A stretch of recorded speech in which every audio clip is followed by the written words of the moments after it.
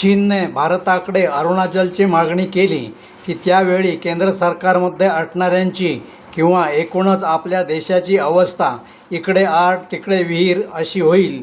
म्हणजे काय ते पाहू.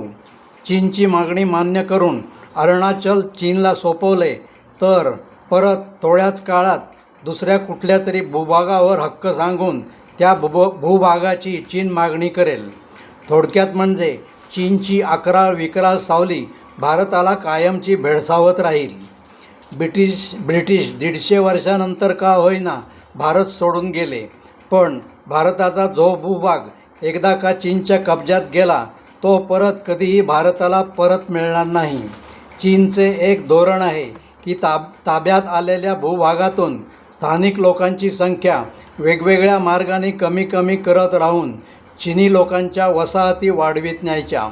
तिबेटमध्ये तिबेटी महिलांना गरोदर होण्यापूर्वी चीन सरकारची परवानगी घ्यावी लागते.